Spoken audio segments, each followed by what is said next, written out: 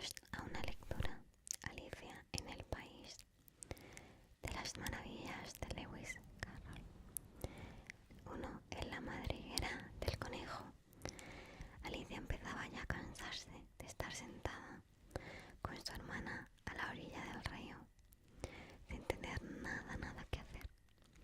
Había echado un par de ojeadas al libro que su hermana estaba leyendo, pero no tenía dibujos ni diálogos.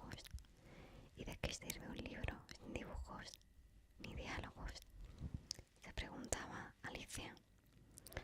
Así pues estaba pensando, y pensar le costaba cierto esfuerzo, porque el calor del día la había dejado soñolienta y atontada. Si el placer de tener una guirnalda de margaritas la compensaría del trabajo de levantarse y coger las margaritas,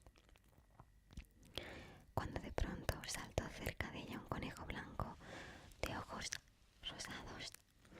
No había nada muy extraordinario en esto, ni tampoco le pareció a Alicia muy extraño oír que el conejo se decía a sí mismo: Dios mío, voy a llegar tarde. Cuando pensó en ello después, decidió que desde luego hubiera debido sorprenderla mucho, pero en aquel momento le pareció lo más natural del mundo.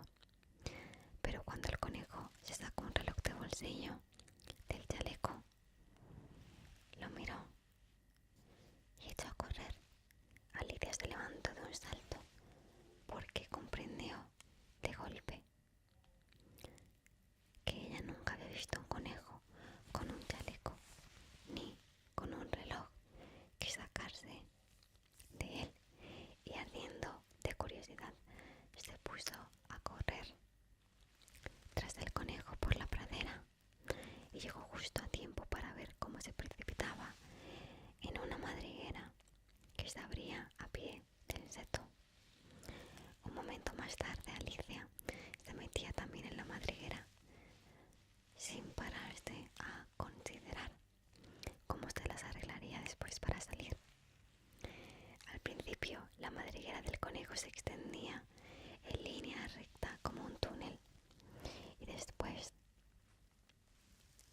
torció bruscamente hacia abajo, tan bruscamente que Alicia no tuvo siquiera tiempo de pensar y detenerse, y se encontró cayendo por lo que parecía un pozo muy profundo.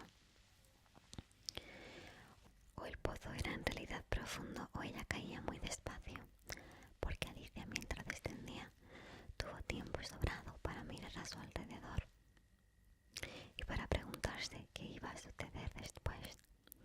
Primero intentó mirar hacia abajo y ver dónde iría a parar, pero estaba todo demasiado oscuro para distinguir nada.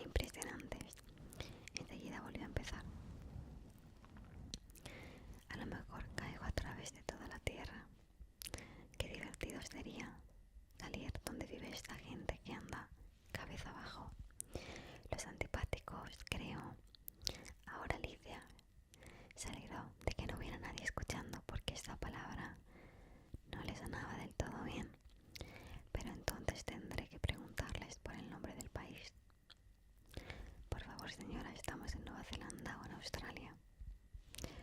Y mientras decía estas palabras, ensayé una reverencia. Reverencias mientras caía por el aire. ¿Creéis que esto es posible? ¿Y qué criaja tan ignorante voy a parecerle? No, mejor será no preguntar nada. Ya lo habré escrito en alguna parte. Abajo, abajo, abajo. No había otra cosa que hacer y Alicia empezó enseguida a hablar otra vez. Temo que Diana me echará mucho de menos esta noche. Diana era la gata. Espero que se acuerden de ese platito de leche a la hora del té. Diana, guapa, me gustaría tenerte conmigo aquí abajo. En el aire no hay ratones, claro, pero podrías cazar algún murciélago. Y se parecen mucho a los ratones, ¿sabes? Pero me pregunto, ¿comerán murciélagos los gatos? Al llegar a este punto, Alicia empezó a sentirse medio dormida y sigue diciéndose como en sueños: comen murciélagos los gatos, comen murciélagos los gatos, y a veces comen gatos los murciélagos. Porque como no sabía contestar a ninguna de las dos preguntas, no importaba mucho cuál de las dos se formulara. Se estaba durmiendo de veras y empezaba a soñar que paseaba con Dina de la mano y que le preguntaba con mucha ansiedad: ahora, Dina, dime la verdad, ¿te has comido alguna vez un murciélago? Cuando de pronto, Cataplón fue a dar sobre un montón de ramas y hojas secas. La caída se había terminado. Alicia no sufrió el menor daño y se levantó de un salto. Miró hacia arriba, pero todo estaba oscuro. Ante ella se abría otro largo pasadizo y alcanzó a ver en él al conejo blanco que se alejaba a toda prisa. No había momento que perder y Alicia, sin vacilar, echó a correr como el viento. Y llegó justo a tiempo para oírle decir, mientras doblaba un recodo: válganme mis orejas de bigotes, qué tarde se me está haciendo. Iba casi pisándole los talones, pero cuando dobló a su vez el recodo, no vio al conejo por ninguna parte. Se encontró en un vestíbulo amplio y bajo, iluminado por una hilera de lámparas que colgaban del techo. Había puertas alrededor de todo el vestíbulo, pero todas estaban cerradas con llave. Y cuando Alicia hubo dado vuelta, bajando por un lado y subiendo por el otro, probando puerta a puerta, se dirigió tristemente al centro de la habitación y se preguntó cómo se las arreglaría pues para salir de allí. De repente se encontró ante una mesita de tres patas, toda de cristal macizo. No había nada sobre ella, salvo una diminuta llave de oro. Y lo primero que se le ocurrió a Alicia fue que debía corresponder a una de las puertas del vestíbulo. Pero ay, o las cerraduras eran demasiado grandes o la llave era demasiado pequeña. Lo cierto es que no pudo abrir ninguna puerta. Sin embargo, al dar la vuelta por segunda vez, descubrió una cortinilla que no había visto antes y detrás había una puertecilla de 2 palmos de altura. Probó la llave de oro en la cerradura y vio con alegría que ajustaba bien. Alicia abrió la puerta y se encontró con que daba un estrecho pasadizo, no más ancho que una ratonera. Se arrodilló y al otro lado del pasadizo vio el jardín más maravilloso que podáis imaginar. Qué ganas tenía de salir de aquella oscura sala y de pasear entre aquellos macizos de flores multicolores y aquellas frescas fuentes. Pero ni siquiera podía pasar la cabeza por la apertura, y aunque pudiera pasar la cabeza, pensó la pobre Alicia, de poco iba a servirme de los hombros. Como me gustaría poderme encoger como un telescopio. Creo que podría hacerlo, solo si saber pues por dónde empezar. Y es que, como veis, a Alicia le habían pasado tantas cosas extraordinarias aquel día que había empezado a pensar que casi nada era en realidad imposible. De nada servía quedarse esperando junto a la puertecilla, así que volvió a la mesa casi con la esperanza de encontrar sobre ella otra llave, o en todo caso un libro de instrucciones para encoger a la gente como si fueran telescopios. Esta vez encontró en la mesa una botellita que desde luego no estaba aquí antes, dijo Alicia, y alrededor del cuello de la botella había una etiqueta de papel con la palabra bébeme, bébeme, hermosamente impresa en grandes caracteres. Está muy bien eso de decir bébeme, pero la pequeña Alicia era muy prudente y no iba a beber aquello por las buenas. No, primero voy a mirar, se dijo, para ver si lleva o no la indicación de veneno, porque Alicia había leído preciosos cuentos de niños que se habían quemado o habían sido devorados por bestias feroces u otras cosas desagradables, solo por no haber querido recordar las sencillas normas que las personas que buscaban su bien les habían inculcado, como que un hierro al rojo te quema si no lo sueltas enseguida, o que si te cortas muy hondo en un dedo con un cuchillo suele salir sangre. Y Alicia no olvidaba nunca que si bebes mucho de una botella que lleva la indicación veneno, terminará a la corta o larga por hacerte daño. Sin embargo, aquella botella no llevaba la indicación veneno, así que Alicia se atrevió a probar el contenido y, encontrándolo muy agradable, tenía de hecho una mezcla de sabores a tarta de cerezas, almíbar, piña, pavo asado, caramelo y tostadas calientes con mantequilla. Se lo acabó en un santiamén. «Qué sensación más extraña», dijo Alicia.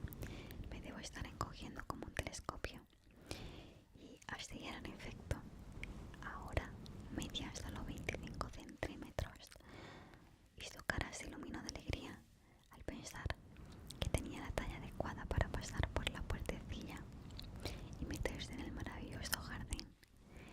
Primero, no obstante, esperó unos minutos para ver si seguía todavía disminuyendo de tamaño, y esta posibilidad la puso un poco nerviosa. «No vaya a consumirme del todo como una vela», se dijo para sus adentros. «¿Qué sería de mí entonces?». E intentó imaginar qué ocurría con la llama de una vela cuando la vela estaba apagada, pues no podía recordar haber visto nunca una cosa así. Después de un rato, viendo que no pasaba nada más, decidió salir enseguida al jardín, pero pobre Alicia, cuando llegó a la puerta se encontró con que había olvidado la llavecita de oro, y cuando volvió a la mesa para recogerla descubrió que no le era posible alcanzarla. Podía verla claramente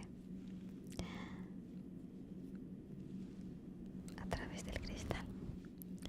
Intentó con ahínco trepar por una de las patas de la mesa, pero era demasiado resbaladiza, y cuando se cansó de intentarlo, la pobre niña se sentó en el suelo y se echó a llorar. «Vamos, de nada sirve llorar de esta manera», se dijo Alicia a sí misma con bastante firmeza. «Te aconsejo que dejes de llorar ahora mismo». Alicia se daba por lo general muy buenos consejos a sí misma, aunque rara vez los seguía, y algunas veces se reñía con tanta dureza que se le saltaban las lágrimas. Se acordaba incluso de haber intentado una vez tirarse de las orejas